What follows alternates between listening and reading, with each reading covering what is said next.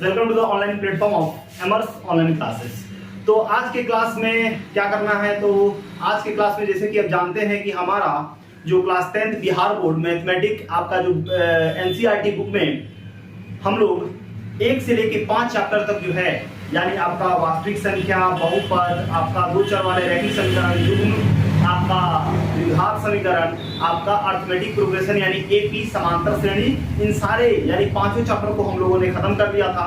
यानी अब जो है आपका अगला चैप्टर जो है वो क्या है, आपका चैप्टर 6, जिसका नाम क्या है, ट्रायंगल। और ये जो ट्रायंगल है वो सबसे आसान है, ठीक है। नॉर्मली अगर देखा जाए तो मैक्सिमम बच्चों को जो है ना ट्रायंगल बहुत ही भारी लगता है, काफी हार्ड लगता है। रीजन भारी या हार्ड होने का मेन रीजन यही है कि उनका जो बेसिक है, जो बेसिक फाउंडेशन है, जो बेसिक रूल है आपके ट्रायंगल में, त्रिभुज में, उसमें आपको थोड़ा सा उसमें कमी है, या आपको उसका ट्रायंगल का जो रूल है, जो नियम है, ठीक है, वो सारे जो है ना आपको पता नहीं है, या हो सकता है आपको उसमें पता है फिर भी उसमें कहीं से कोई दिक्कत हो, या कंप्लीटली आपको समझ में नहीं आया हो, कंप्लीटली आप उसको नहीं समझ पाए हो।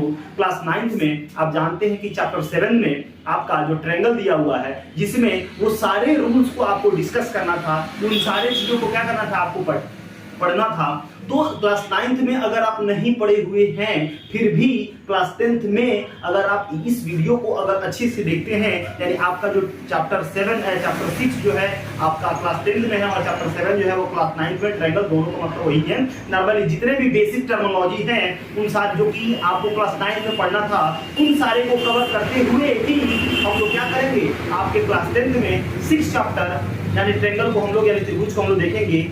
उन सारे छोटे से छोटे बिंदुओं को भी देखेंगे जो कि आपके त्रिभुज में काफी जरूरी है। और अगर ध्यान से आप देखते हैं, कंसंट्रेशन बना के देखते हैं, तो आपको त्रिभुज जैसा आसान चैप्टर कहीं नहीं होगा, कोई भी नहीं होगा, ठीक है। बहुत ही आसान चैप्टर है, ठीक है। तो अब यहाँ पे ज्यादा जो है देर ना करते हुए हम आपका जो चैप्टर 6 है यानी ट्रायंगल जो है स्टार्ट करते हैं। और उसमें जितने भी बेसिक कॉन्सेप्ट है, जितने भी कोर नॉलेज है, जो भी नॉलेज, जो भी कॉन्सेप्ट जो कि इस ट्रायंगल में आपको यूज होगा, उन सारे कॉन्सेप्ट को हम लोग डिस्कस करते हुए अपने एक्सरसाइज को हम खत्म करेंगे, ठीक है। तो अब चलिए आपका जो चैप्टर है उसको देख लेते हैं कि आपका चैप्टर क्या है। तो आप जानते हैं कि पार्ट 6 क्या है, पार्ट 6, इसका नाम क्या है, त्रिभुज। क्या नाम है, त्रिभुज, जिसको हम क्या कहते हैं, ट्रायंगल कहते हैं। क्या कहते हैं, ट्रायंगल कहते हैं, ठीक है, कोई दिक्कत नहीं। तो हमको पढ़ना है त्रिभुज यानी ट्रायंगल, ठीक है। अब अगर देखें तो त्रिभुज जो है ना वो दो शब्दों से मिलकर बना हुआ है। एक क्या, एक है त्रि, आप प्लस में क्या, आपका भुज। इसका मतलब क्या होता है, 3, और भुज का मतलब क्या होता है, आपका भुजा होता है। क्या होता है, भुजा। यानी ट्राई का मतलब क्या होता है, इसमें अगर देखें तो ट्राई का मतलब क्या होता है, आपका 3 होता है। और यहाँ पे प्लस में क्या, आपका एंगल, मतलब क्या, आपका कोण। क्या होता है, आपका कोण। मतलब त्रिभुज को हम ऐसे बता सकते हैं कि वैसी ज्यामितीय आकृति जो कि 3 भुजाओं से मिलकर बनी हुई होती है, उसे हम क्या कहते हैं, त्रिभुज कहते हैं। या वो ऐसी ज्यामितीय आकृति जिसमें 3 कोण होते हैं, 3 कोण का अध्ययन करते हैं, ठीक है। वैसी ज्यामितीय आकृति जिसमें 3 कोण होता है उसे हम क्या कहते हैं, त्रिभुज कहते हैं। या वैसी ज्यामितीय आकृति जो कि 3 भुजाओं से मिलकर बनी हुई होती है उसे हम क्या कहते हैं, आपको त्रिभुज कहते हैं। या कह सकते हैं 3 भुजाओं से घिरी हुई बंद आकृति को हम क्या कहते हैं, त्रिभुज कहते हैं। यानी त्रिभुज का बहुत सारा क्या आप यहाँ पे परिभाषा देख सकते हैं, आप उसको बता सकते हैं, ठीक है। तो सबसे पहले बात आया क्या, आपका त्रिभुज, त्रिभुज, ट्रायंगल, ट्रायंगल। तो आप इसका परिभाषा बहुत सारा है, आप लिख सकते हैं, ठीक है। लिख सकते हैं यहाँ पे 3 भुजाओं से घिरी हुई बंद आकृति, 3 भुजाओं से घिरी हुई बंद आकृति को त्रिभुज कहते हैं। क्या कहते हैं, त्रिभुज कहते हैं। 3 भुजाओं से घिरी हुई बंद आकृति को क्या कहते हैं, हम त्रिभुज कहते हैं। या त्रिभुज 3 भुजाओं से मतलब 3 भुजाओं से घिरी हुई बंद आकृति को क्या कहते हैं, त्रिभुज कहते हैं। और त्रिभुज में जो भुजा होते हैं वो क्या होते हैं, भुजा को हम क्या कहते हैं, रेखाखंड भी कहते हैं, ठीक है। जो भुजा होता है ना वो नॉर्मली किससे बना होता है, तो आपके रेखाखंड से ही बना होता है। तो इसमें से हम एक और लिख सकते हैं 3 रेखा खंडों से मिलकर बनी हुई बंद आकृति क्या कहलाती है? त्रिभुज कहलाती है। त्रिभुज कहलाती है। ये दूसरा परिभाषा आप लिख सकते हैं। एक और परिभाषा आप लिख सकते हैं, ठीक है। वैसी ज्यामितीय आकृति जिसमें 3 कोण होते हैं उसे हम क्या कहते हैं? त्रिभुज कहते हैं। तो बहुत सारा परिभाषा दे सकते हैं त्रिभुज का, बहुत सारे परिभाषा को आप यहाँ पे दे सकते हैं, ठीक है। तो बात रहा कि यहाँ पे ये आपका क्या हो गया, ये हमने माना कि ये क्या है? आपका त्रिभुज है। अब इस त्रिभुज को हमने नाम दे दिया क्या? P Q R। अब यहां से बात समझने वाली है, ठीक है।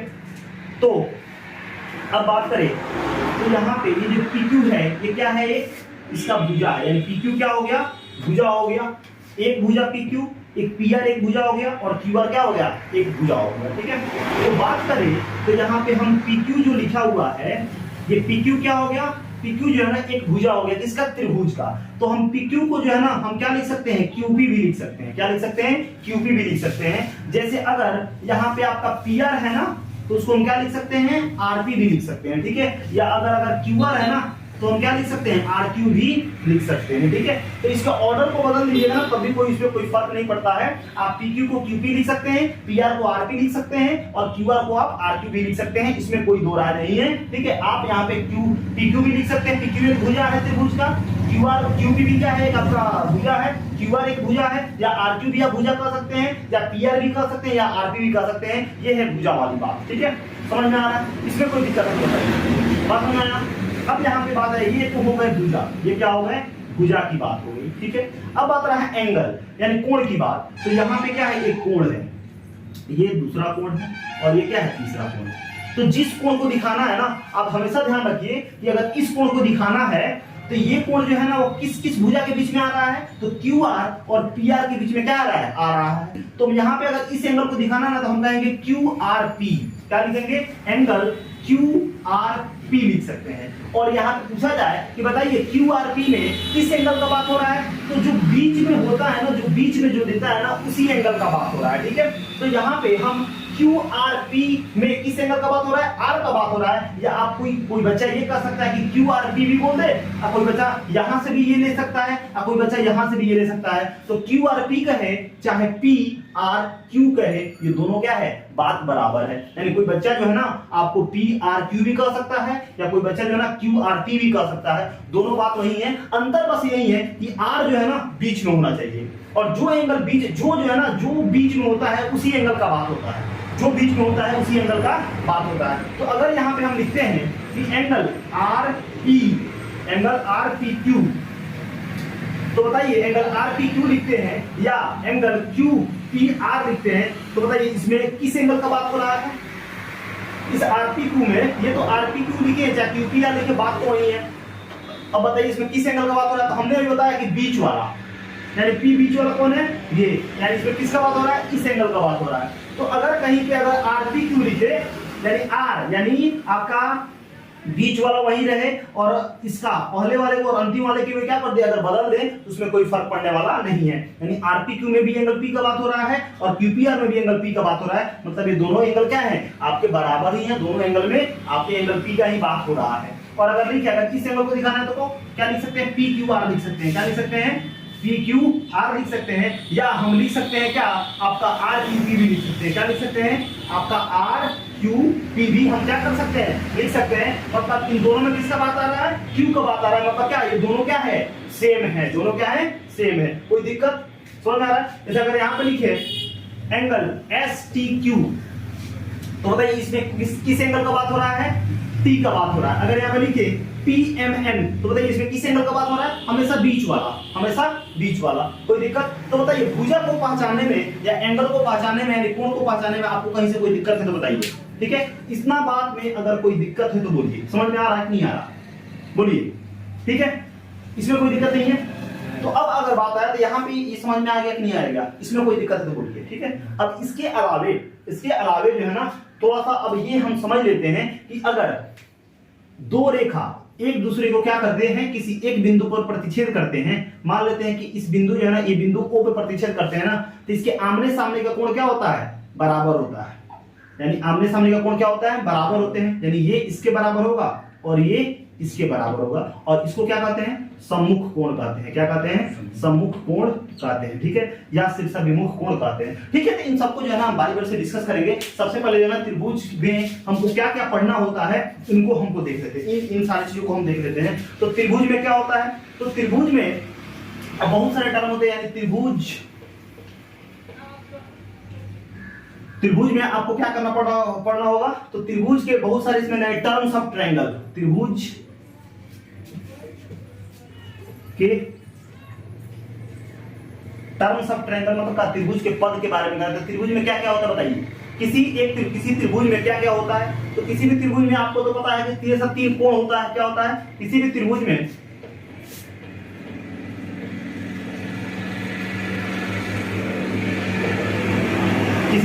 क्या क्या होता है, एक तो जानते हैं भुजा होता है। क्या होता है, भुजा होता है, जिसको हम क्या बोलते हैं, साइड बोलते हैं। उसके बाद क्या होता है, कोण होता है। क्या होता है, कोण, जिसको हम क्या बोलते हैं, एंगल बोलते हैं। और क्या होता है, आपका शीर्ष होता है। क्या होता है, आपका शीर्ष, जिसको हम क्या बोलते हैं, वर्टेक्स बोलते हैं। क्या बोलते हैं, वर्टेक्स बोलते हैं। आपका क्या होता है, शीर्ष लंब होता है। क्या होता है, शीर्ष लंब होता है। इसको क्या कहते हैं, एल्टीट्यूड कहते हैं, या क्या कहते हैं, हाइट कहते हैं। क्या कहते हैं, एल्टीट्यूड कहिए या हाइट कहते हैं। इन सबको जानेंगे, ऐसा नहीं है कि नहीं जानेंगे, सबके बारे में जानेंगे। उसके बाद क्या होता है, शीर्ष होता है, शीर्ष लंब होता है, और क्या होता है, और जो है ना आपका यहाँ पे होता है माध्यिका। ठीक है, ये भी जानेंगे कि माध्यिका क्या होती है। उसको क्या कहते हैं, मीडियन कहते हैं।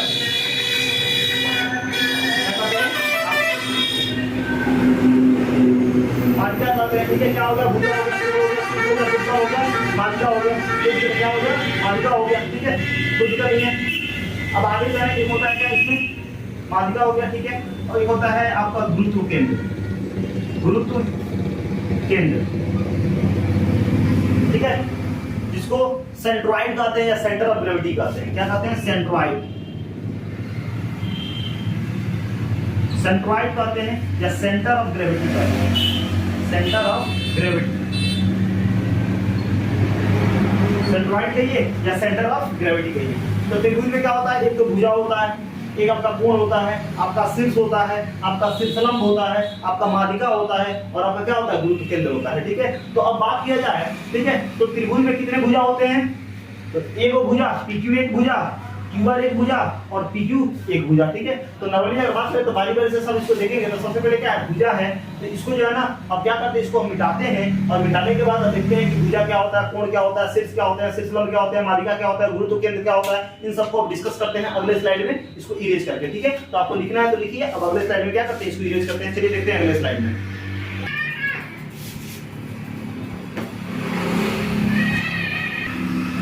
तो अब जो देखना है वो क्या था, आपके त्रिभुज के पद में आपका पहला क्या था, आपका था भुजा। क्या था, भुजा, जिसको क्या बोलते हैं हम लोग, साइड बोलते हैं। क्या बोलते हैं, साइड बोलते हैं। तो ये भुजा होता क्या है, ठीक है, तो कोई भी ज्यामितीय आकृति जिन रेखाखंडों से मिलकर बनती है, तो वो रेखाखंड जो है ना, उस आकृति का क्या कहलाती है, भुजा कहलाती है। यहां पे लिखेंगे वो कोई आकृति जिन रेखाखंड, कोई ज्यामितीय आकृति लिखेंगे, कोई भी ज्यामितीय आकृति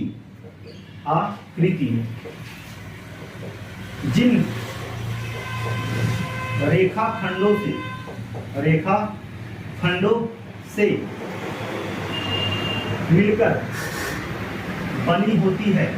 से मिलकर बनी होती है, वो रेखाखंड उस ज्यामितीय आकृति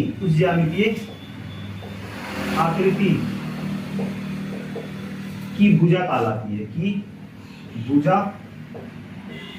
कहलाती है।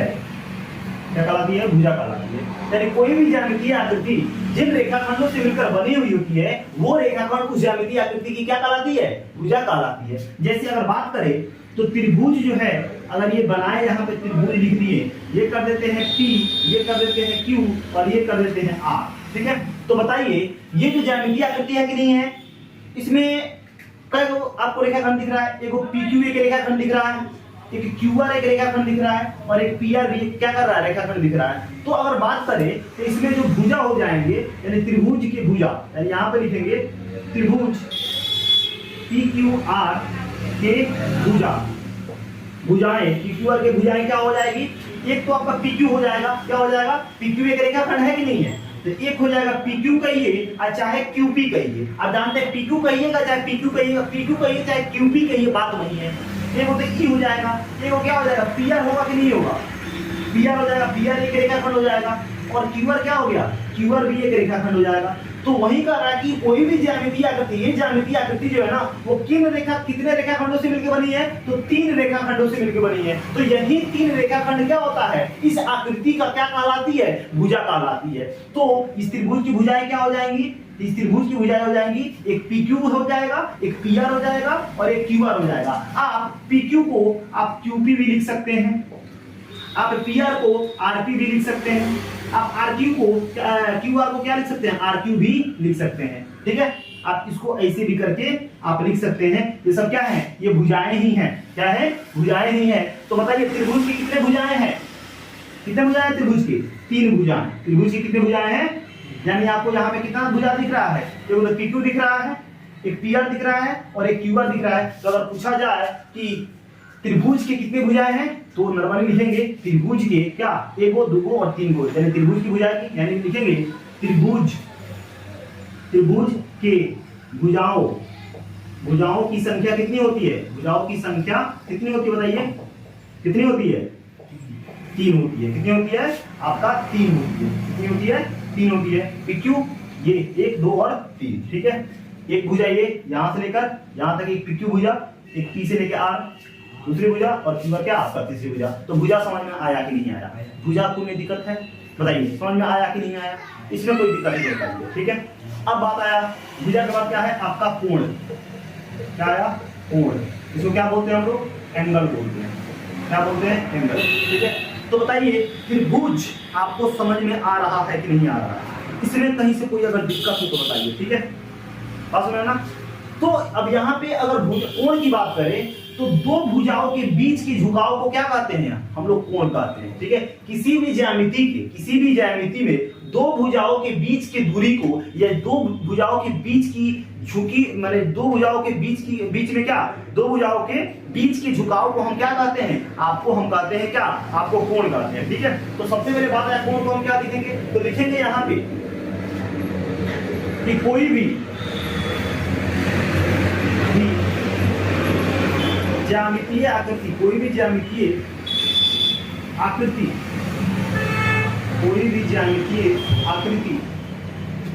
ज्यामितीय आकृति में 2 भुजाओं के बीच के झुकाव या दूरी, बीच के झुकाव या दूरी को क्या कहते हैं? कोण कहते हैं। क्या कहते हैं? कोण कहते हैं, ठीक है। अब बात रहा कि एक हमने त्रिभुज बनाया, ठीक है। हम यहाँ पे कर देते हैं M, यहाँ पे कर देते हैं N और यहाँ पे कर देते हैं P, ठीक है।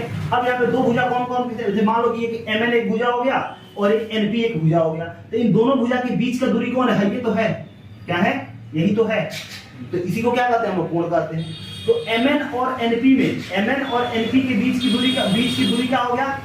तो इसमें अगर बात करें तो एंगल क्या हो गया? एंगल N हो गया। इस एंगल N को क्या लिख सकते हैं? तो जानते हैं ना कि MNP क्या कहते हैं इसको? Angle MN।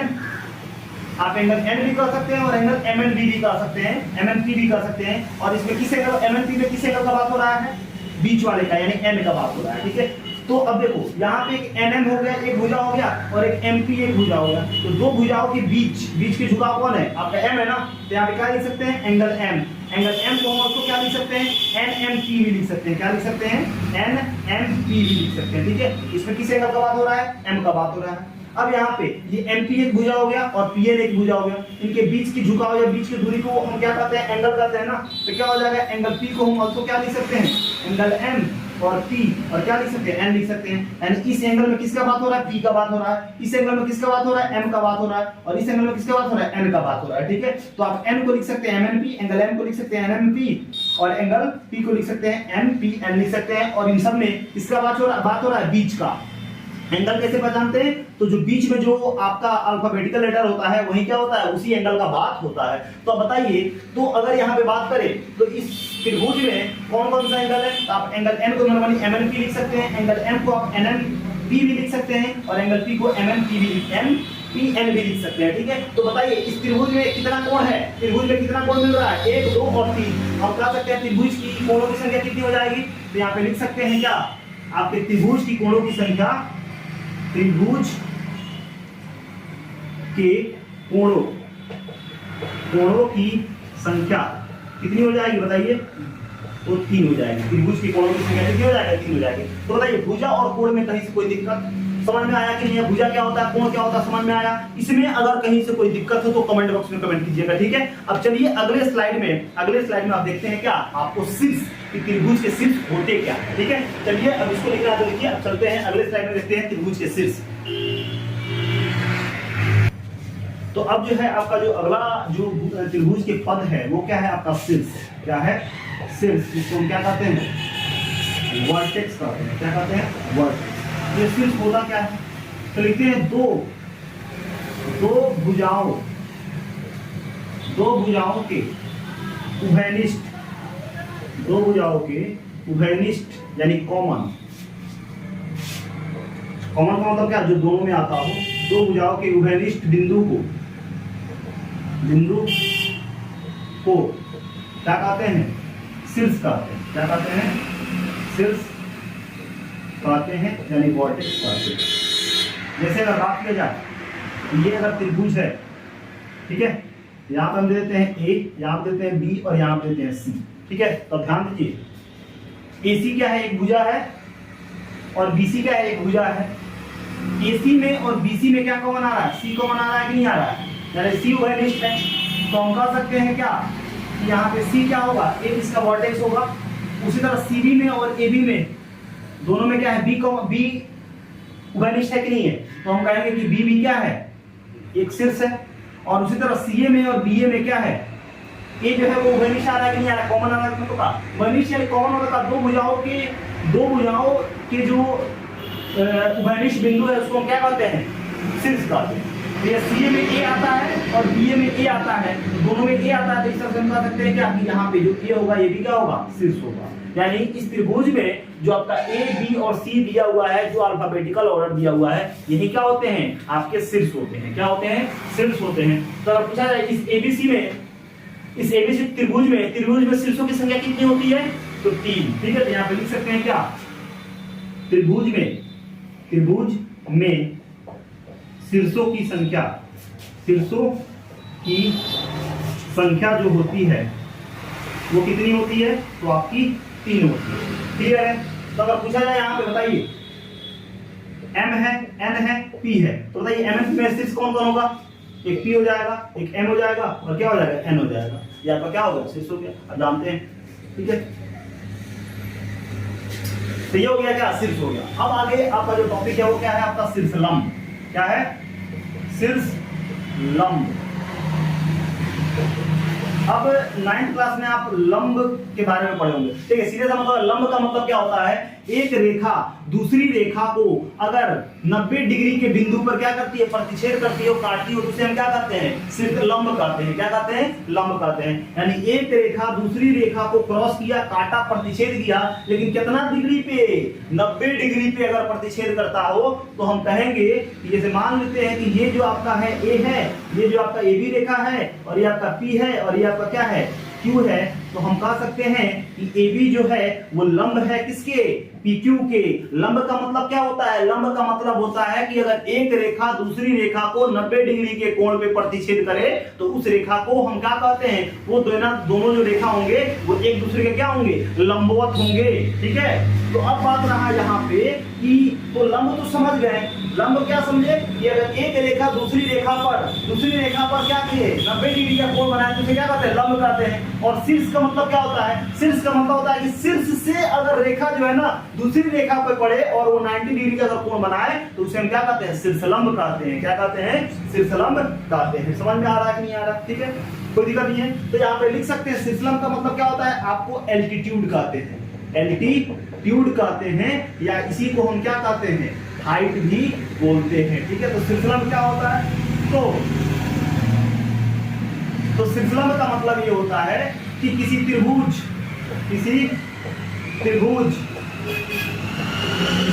के किसी शीर्ष से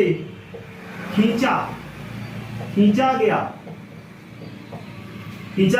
किसी त्रिभुज के किसी शीर्ष से खींचा गया वह रेखाखंड जो सामने वाली भुजा पर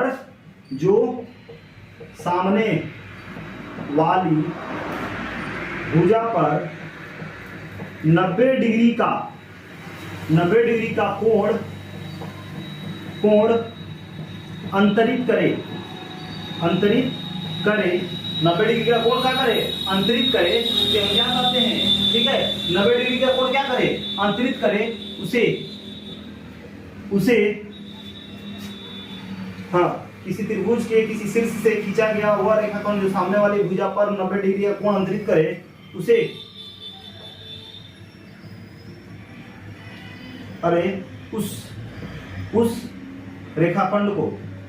रेखाखंड को क्या कहते हैं, शीर्षलंब कहते हैं। क्या कहते हैं, शीर्षलंब कहते हैं। क्या कहते हैं, शीर्षलंब कहते हैं। अब कैसे इसको समझेंगे, इसको समझना बहुत ही आसान है, सीधे सा मतलब है कि हम क्या करेंगे, ध्यान दीजिए, यहाँ पे ये त्रिभुज दे दिया गया, ठीक है, यहाँ पे देते हैं A, यहाँ पे देते हैं B और यहाँ पे देते हैं C। अब कह रहा है किसी त्रिभुज के किसी शीर्ष का वो है, 3 वो है, शीर्ष से खींचा गया वो रेखाखंड जो सामने वाली भुजा कौन है, ये, तो रेखाखंड को खींचते हैं और सामने वाली भुजा पर कितना डिग्री का कोण बनाता है, 90 डिग्री का कोण बना दे, ऐसा नाम देते हैं P। तो ये क्या हो जाएगा, आपका AP क्या है, एक शीर्षलंब है। AP क्या है, शीर्षलंब है। ठीक है, तो शीर्ष से खींचा गया लंब क्या कहलाता है, किसी त्रिभुज के शीर्ष से खींचा गया लंब क्या कहलाता है, शीर्षलंब कहलाता है। और लंब का मतलब क्या, 90 डिग्री। ठीक है, तो शीर्ष से सामने वाली भुजा पर, किसी त्रिभुज के शीर्ष से सामने वाली भुजा पर डाला गया लंब क्या कहलाता है, शीर्षलंब कहलाता है। और लंब का मतलब क्या कि 90 डिग्री सामने वाली भुजा पर क्या बनाए, 90 डिग्री का कोण अंतरित करे या 90 डिग्री का कोण बनाए, तो उसे क्या कहते हैं, शीर्षलंब कहते हैं। तो अगर बात करें तो बताइए AP एक शीर्षलंब होगा कि नहीं होगा, तो बताइए त्रिभुज में कितना शीर्ष है, 3 को शीर्ष है कि नहीं है, तो शीर्षलंब भी कितने होंगे, 3 होंगे, है ना।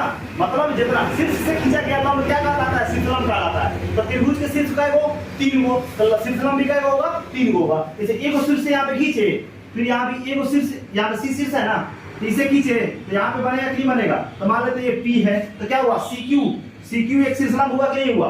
फिर ये एक शीर्षलंब है कि नहीं है, शीर्ष है कि नहीं है, B शीर्ष है, इस पे हमने क्या किया, सामने वाली भुजा पे एक लंब खींच दिया, 90 डिग्री खींच दिया, यहाँ पे R कर देते हैं, तो ये भी क्या हो गया, शीर्षलंब हो गया, यानी BR भी क्या हो गया, आपका शीर्षलंब हो गया। यानी शीर्ष से खींचा गया वैसा रेखाखंड जो सामने वाली भुजा पर कितना डिग्री का कोण बनाता है, 90 डिग्री का कोण बनाता है, तो वो रेखाखंड क्या हो जाएगा, आपका शीर्षलंब कहलाएगा। तो बताइए AP क्या हो गया, एक शीर्षलंब हो गया कि नहीं हो गया, BR क्या हो गया, एक शीर्षलंब हो गया कि नहीं हो गया, और CQ क्या हो गया, शीर्षलंब आ गया कि नहीं आ गया। तो बताइए यहाँ पे लिखेंगे त्रिभुज के शीर्षलंब ये दिखाई दे रहा है, यहाँ पे हम लिख देते हैं, बगल में लिख देते हैं, यहाँ तक ये दिखाई दे रहा है ना, यहाँ पे लिख सकते हैं कि त्रिभुज के शीर्ष लंब की संख्या कितनी होती है बउआ मेरे? कितनी होगी? 3 होगी। कितनी होगी? 3। यानी अगर शीर्ष 3 है तो लंब भी कितने खींचे जाएंगे? 3 ही खींचे जाएंगे। यानी त्रिभुज के शीर्ष लंब कितने होते हैं? 3 होते हैं। तो आपसे पूछा जाए कि त्रिभुज की कितने भुजाएं होती है? तो 3 भुजाएं होती है। त्रिभुज के कितने कोण होते हैं? 3 कोण होते हैं। त्रिभुज के कितने शीर्ष होते हैं? तो 3 शीर्ष होते हैं। त्रिभुज के कितने शीर्ष लंब होते हैं? तो जितने शीर्ष होंगे उतने ही शीर्ष लंब होते हैं, क्योंकि शीर्ष से ही हम लंब खींचते हैं तो उसको शीर्ष लंब कहते हैं। तो त्रिभुज के शीर्ष लंब भी कितने होंगे? 3 ही होंगे। तो बताइए, भुजा में कोई दिक्कत, कोण में कोई दिक्कत, शीर्ष में कोई दिक्कत, शीर्षलंब में कोई दिक्कत? तो शीर्षलंब में अगर कोई दिक्कत नहीं है तब आपका अगला क्या है? अब आपका अगला है यहाँ पे माध्यिका।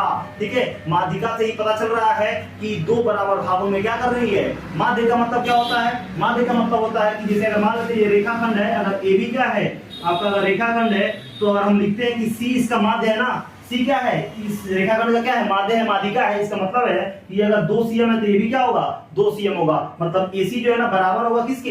BC के। अगर AC जो है ना अगर BC के बराबर है तो हम कह सकते हैं C जो है ना वो AB का क्या होगा? माध्यिका होगा। यानी माध्यिका जो होती है वो किसी भी ज्यामितीय आकृति को क्या करती है? 2 बराबर भागों में क्या करती है? बांटती है। यानी दोनों क्या होगा? इक्वल होगा, यानी बराबर होगा। ठीक है, तो उसको हम क्या कहते हैं? माध्यिका कहते हैं। यानी माध्यिका का मतलब है किसी भी ज्यामितीय आकृति को क्या करना? 2 बराबर भागों में बांटना। ठीक है, तो वो क्या होती है? माध्यिका होती है। ठीक है, तो अब चलिए अगले स्लाइड में आपको देखते हैं क्या आपका माध्यिका, देखते हैं कि माध्यिका क्या कहता है। ठीक है,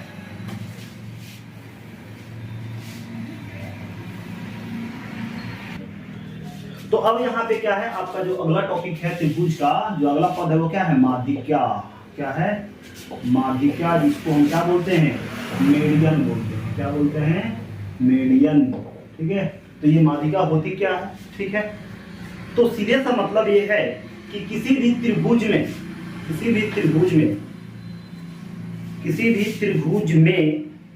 लिख सकते हैं, या किसी त्रिभुज में उसके शीर्ष से खींचा गया हुआ रेखा जो सामने खींचा गया हुआ रेखा जो सामने वाली भुजा को क्या करती है? 2 बराबर भागों में बांटती है। उसे हम क्या कहते हैं? उसे हम क्या कहते हैं? आपका माध्यिका कहते हैं। ठीक है, ठीक है, तो यहाँ पे लिखे माध्यिका क्या होती है, तो यहाँ पे लिखेंगे कि किसी त्रिभुज में उसके शीर्ष से खींचा गया वह रेखाखंड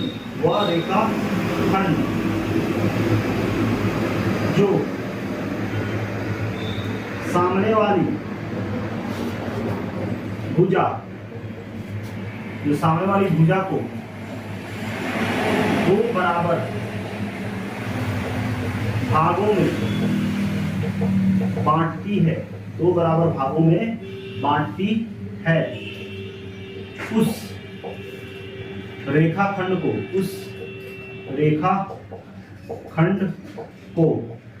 माध्यिका कहते हैं। उस रेखाखंड को माध्यिका कहते हैं। क्या कहते हैं? माध्यिका कहते हैं। मतलब सीधे सा मतलब है कि माध्यिका किसी त्रिभुज के शीर्ष से खींचा गया वह रेखाखंड, ठीक है, जो कि सामने वाली भुजा को क्या करे? 2 बराबर भागों में बांटे, उसे क्या कहते हैं हम लोग? उसे कहते हैं क्या? आपको माध्यिका कहते हैं। ठीक है, जैसे अगर मान लेते हैं कि ये आपका त्रिभुज है और ये हमने नाम दे दिया क्या? A, B और C। ठीक है, अब ये जो इसका आप जानते हैं, बताइए ये क्या है? ये क्या है? आपका शीर्ष है। इस शीर्ष से हमने ऐसा एक रेखाखंड खींचा जो सामने वाली भुजा को यानी BC को क्या किया?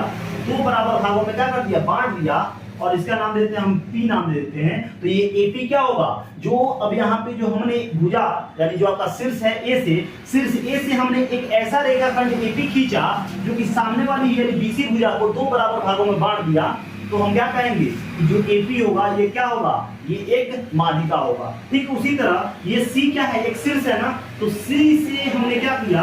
सामने वाली भुजा को, ठीक है, मान लेते हैं ये M है, ऐसे हमने इस पे खींचा कि जो आपका B है ना और A है दोनों क्या हो गया, बराबर हो गया, तो हम लिख सकते हैं CM क्या होगा, आपका माध्यिका होगा। मतलब शीर्ष से खींचा गया वो रेखाखंड जो कि सामने वाली भुजा को यानी BA को क्या करे, दो बराबर भागों में बांट दे, तो वो भुजा क्या होगा, वो CM भुजा या AB भुजा क्या होगी, आपका माध्यिका होगी। ठीक उसी तरह से B से हमने ऐसा खींचा कि जो है ना AC को क्या किया, दो बराबर भागों में बांट दिया, तो हम इसे क्या कहेंगे, हम कहेंगे कि आपके यहाँ पे BR कर देते हैं, तो यहाँ पर जो BR है वो क्या है, आपका माध्यिका है। ठीक है, तो अब बताइए, यानी त्रिभुज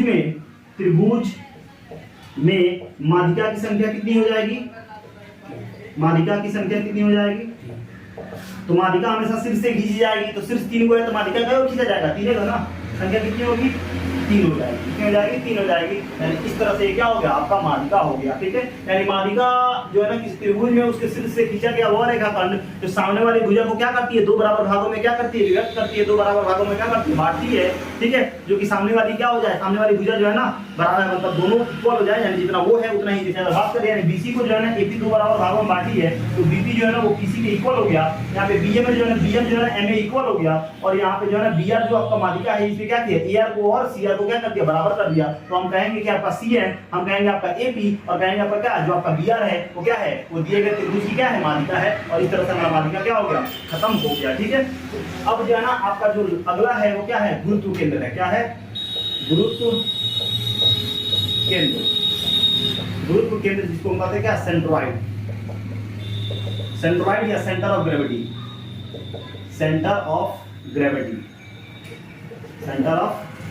का। ठीक है, तो अब ये गुरुत्व केंद्र क्या होता है, या सेंटर ऑफ ग्रेविटी क्या होता है। ठीक है, गुरुत्व केंद्र या सेंटर ऑफ ग्रेविटी क्या होता है, तो आप अभी यहाँ पे देखिए कि हमने इस त्रिभुज ABC में जो आपका माध्यिका है, ABC त्रिभुज में यानी माध्यिकाओं के इंटरसेक्शन पॉइंट को, माध्यिकाओं के प्रतिच्छेदन बिंदु को हम क्या कहते हैं, त्रिभुज का क्या कहते हैं, गुरुत्व केंद्र कहते हैं। त्रिभुज का क्या कहते हैं, गुरुत्व केंद्र कहते हैं। इसको हम G से डिनोट करते हैं, इसे क्या करते हैं, G से हम डिनोट करते हैं। ठीक है, बताते हैं। ठीक है, कोई दिक्कत नहीं है, समझ में आ रहा है। ठीक है, तो यहाँ पे हम लिख सकते हैं किसी त्रिभुज में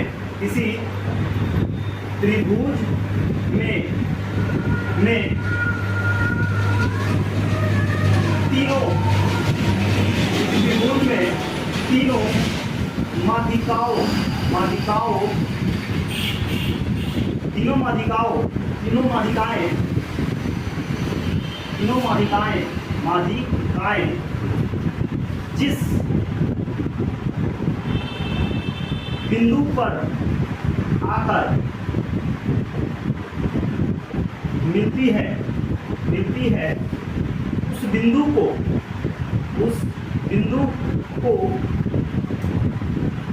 गुरुत्व केंद्र कहते हैं। उस बिंदु को क्या कहते हैं, गुरुत्व केंद्र कहते हैं। क्या कहते हैं, गुरुत्व केंद्र कहते हैं। जैसे वहां पे देखिए क्या है, अगर ABC एक ट्रायंगल है, त्रिभुज है ABC, अब इस पे हमने ऐसे खींचा, ये इसके बराबर है, मान लो कि ये क्या वही आपका M है, इससे हमने ऐसे खींचा, ये जो है ये इसके बराबर हो गया, क्या है आपका R दे दिया गया, और इसे हमने ऐसे खींचा, ये इक्वल हो गया, ये क्या नाम दे दिया, PC हो गया। तो इसका जो ये तीनों माध्यिकाओं का जो मिलान बिंदु है, तीनों माध्यिका का मिलान बिंदु कहाँ पे मिले हैं, इस बिंदु पे मिले हैं। तो अगर मान लें इस बिंदु को अगर हम क्या नाम दे दें, O नाम दे दें। ठीक है, तो ये जो O होगा वो क्या हो जाएगा, वो हो जाएगा गुरुत्व केंद्र। क्या हो जाएगा, गुरुत्व केंद्र हो जाएगा। क्या हो जाएगा, गुरुत्व केंद्र। ठीक है, तो किसी भी त्रिभुज में गुरुत्व केंद्र की संख्या कितनी होती है, 1 होती है। ठीक है, यहाँ पर लिख देंगे त्रिभुज में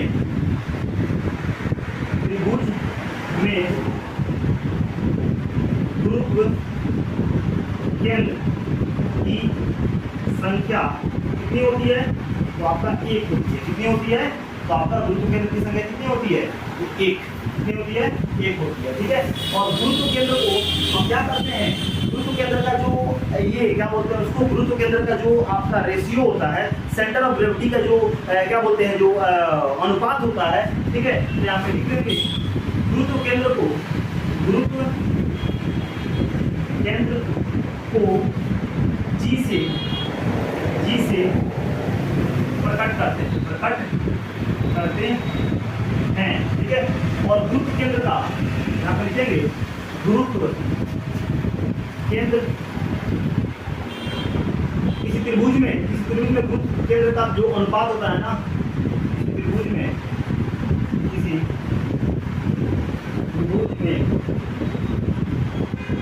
गुरुत्व केंद्र का अनुपात जो होता है वो 2 रेशियो क्या होता है, 1 होता है। क्या होता है, 2:1 होता है। क्या होता है, 2:1, यानी ये होता है 2 और ये होता है क्या, 1। 2:1 होता है। और इसके बारे में आपको 9th क्लास में जब आप क्या बोलते हैं सर्किट यानी आप वृत्त पढ़े होंगे, तो उसमें जो है आपका 10.3 या 4 प्रश्नावली में आपको यहाँ पे गुरुत्व के अनुसार जो है ना उसमें हम लोग काम किए हुए हैं, ठीक है। उसमें हम लोग पढ़ते हैं। तो नॉर्मली जो है ना आपका जो सेंटर ऑफ ग्रेविटी होता है यानी गुरुत्व केंद्र का जो अनुपात होता है वो 2:1 क्या होता है, आपका 1 होता है। और इस तरह से आपके त्रिभुज के जितने भी टर्म्स हैं, जैसे भुजा हो गया, आपका कोण हो गया, आपका शीर्ष हो गया, आपका शीर्षलंब हो गया, आपका माध्यिका हो गया, ठीक है, ये सारे जो है ना क्या हो गए आपके कंप्लीट हो गए। अब यहाँ से जो है आपके कुछ और भी, ये काफी इंपॉर्टेंट है, इन सबको जानना जरूरी है, ठीक है। ये काफी तो नॉर्मली अगर हम देखें तो माध्यिका क्या होती है, तो माध्यिका को हम ऐसे बता सकते हैं कि किसी त्रिभुज में उसके शीर्ष से खींचा गया हुआ रेखाखंड जो सामने वाली भुजा को 2 बराबर भागों में बांटती है, उस रेखाखंड को क्या कहते हैं, माध्यिका कहते हैं। जैसे शीर्ष कौन है, ए से हमने क्या खींचा, हमने एपी, एक ऐसा रेखाखंड खींचा एपी जो कि सामने वाली भुजा को 2 बराबर भागों में बांटा। फिर इस शीर्ष से हमने क्या किया, इस शीर्ष से सीएम रेखाखंड खींचा, जैसे ऐसे खींचा कि ना आपका क्या है, ये बी जो है ना 2 बराबर भागों में बढ़ गया। फिर उस बी से हमने एक ऐसा रेखाखंड खींचा बी आर जो कि क्या किया, आने आपको एसी को 2 बराबर भागों में बांट दिया। तो इस तरह से एपीसीएम और बीआर क्या होगा, त्रिभुज की माध्यिका हो गई। और माध्यिका की संख्या कितना होता है, 3 होता है। अब गुरुत्व केंद्र क्या होता है, तो किसी त्रिभुज में 3 माध्यिकाएं जिस बिंदु पर आकर मिलती है उस बिंदु को क्या कहते हैं, गुरुत्व केंद्र कहते हैं। तो इस तरह से बनाया, तो इसी तरह से यहाँ पे तीनों माध्यिका जो है ना इस बिंदु पे आकर मिल रही है ना, इस बिंदु को हमने क्या नाम दिया, ओ दे दिया, तो वो क्या हो गया, गुरुत्व केंद्र हो गया। अब किसी त्रिभुज में गुरुत्व केंद्र की संख्या कितनी होती है, 1 होती है। और गुरुत्व केंद्र को हम क्या करते हैं, जी से डिनोट करते हैं। अब इस त्रिभुज में गुरुत्व केंद्र का जो अनुपात होता है वो क्या होता है, 2:1 होता है, ठीक है। और इसको बारे में जो है ना हम लोग 9th क्लास में है ना वृत्त चैप्टर में जो है ना 3 क्या बोलते हैं आपका जो क्या बोलते हैं 10 चैप्टर में क्या बोलते हैं सर्किल में यानी वृत्त में, ठीक है, वहां पे हमको पढ़ना था उसमें, ठीक है। तो हम लोगों ने क्या किया, जो आपका जो है इतना टॉपिक हमने डिस्कस कर लिया। अब अगले क्लास में हम जानेंगे त्रिभुज के प्रकार यानी भुजा के आधार पर त्रिभुज के प्रकार क्या होते हैं, कोण के आधार पे त्रिभुज के प्रकार क्या होते हैं। उसके बाद हम लोग जानेंगे कि आपका जो है क्या बोलते हैं, अगर दो समांतर रेखा दे दिया गया और एक तिर्यक रेखा दे दिया गया, यहाँ पे 8 एंगल बनते हैं, क्या बोलते हैं, यहाँ पे 8 एंगल बनते हैं। इसमें जानेंगे समूह कोण क्या होता है, शीर्षाभिमुख कोण क्या होता है, समूह कोण क्या होता है, जिसको शीर्षाभिमुख कोण कहते हैं, जिसको वर्टिकल अपोजिट एंगल कहते हैं, ये क्या होता है आपका क्या बोलते हैं कॉरस्पॉन्डिंग एंगल यानी क्या बोलते हैं उसको संगत कोण क्या होता है, ठीक है। उसके बाद हम जानेंगे क्या आपका अंतर एकांतर कोण क्या होता है, अल्टरनेटिव डेरियर एंगल क्या होता है, आपका बाह्य क्या बोलते हैं बाह्य एकांतर कोण क्या होता है, ठीक है, उसको जानेंगे। बहिष्कोण क्या होता है उसको जानेंगे, ठीक है। उसके बाद हम जानेंगे क्या आपका रैखिक युग्म क्या होता है, उसको जानेंगे। रैखिक युग्म क्या होता है, ठीक है, 180 कोण होता है। अगर रैखिक यानी सरल रेखा दे दिया गया, उसमें जो है ना 3 एंगल बना दिया जाए, 2 एंगल का वैल्यू दिया हुआ है, तीसरा एंगल निकालना है तो कैसे निकालेंगे, उन सबको हम जानेंगे, ठीक है। त्रिभुज के तीनों कोण का योग होना 180 होता है, ठीक है। अगर उसमें 2 कोण दे दिया जाए तो तीसरा कोण कैसे निकालते हैं, मतलब इन सारे टर्म्स कंडीशन को हम जानेंगे। और उसके बाद जो है ना और भी बहुत सारे इंपॉर्टेंट टर्म्स है जो कि काफी इंटरेस्टिंग है आपके ट्रायंगल में, आसानी से हम लोग ट्रायंगल करते जाएंगे, ठीक है। ठीक है, अगर आपको ये वीडियो अच्छा लगा तो चैनल को सब्सक्राइब कीजिए, लाइक कीजिए और शेयर कीजिए। और फिर जो है ना आपके अगले पार्ट में यानी ये जो ट्रायंगल जो है ना वो बहुत ही आसान होता है। अगर आप इन सारे कॉन्सेप्ट रूल को अगर बढ़िया से पढ़ते जाते हैं तो आपको ट्रायंगल में कहीं से कोई दिक्कत नहीं होगा, ठीक है। तो इसी तरह जो है ना ये हमारा पहला पार्ट है, ठीक है। अगले पार्ट जो है ना आपको फिर कल मिल जाएगा, ठीक है। तो अगले क्लास को आपको इंफॉर्मेशन के लिए जो है ना आप हमारे चैनल को सब्सक्राइब कीजिए, बेल आइकन को ऑन रखिए ताकि जो है ना आपका इस वीडियो का नोटिफिकेशन जो है ना आपके पास पहुंचते रहे और आप आसानी से देख सके, ठीक है। फिर मिलते हैं अगले क्लास में अगले वीडियो के साथ। Thank you. तो क्या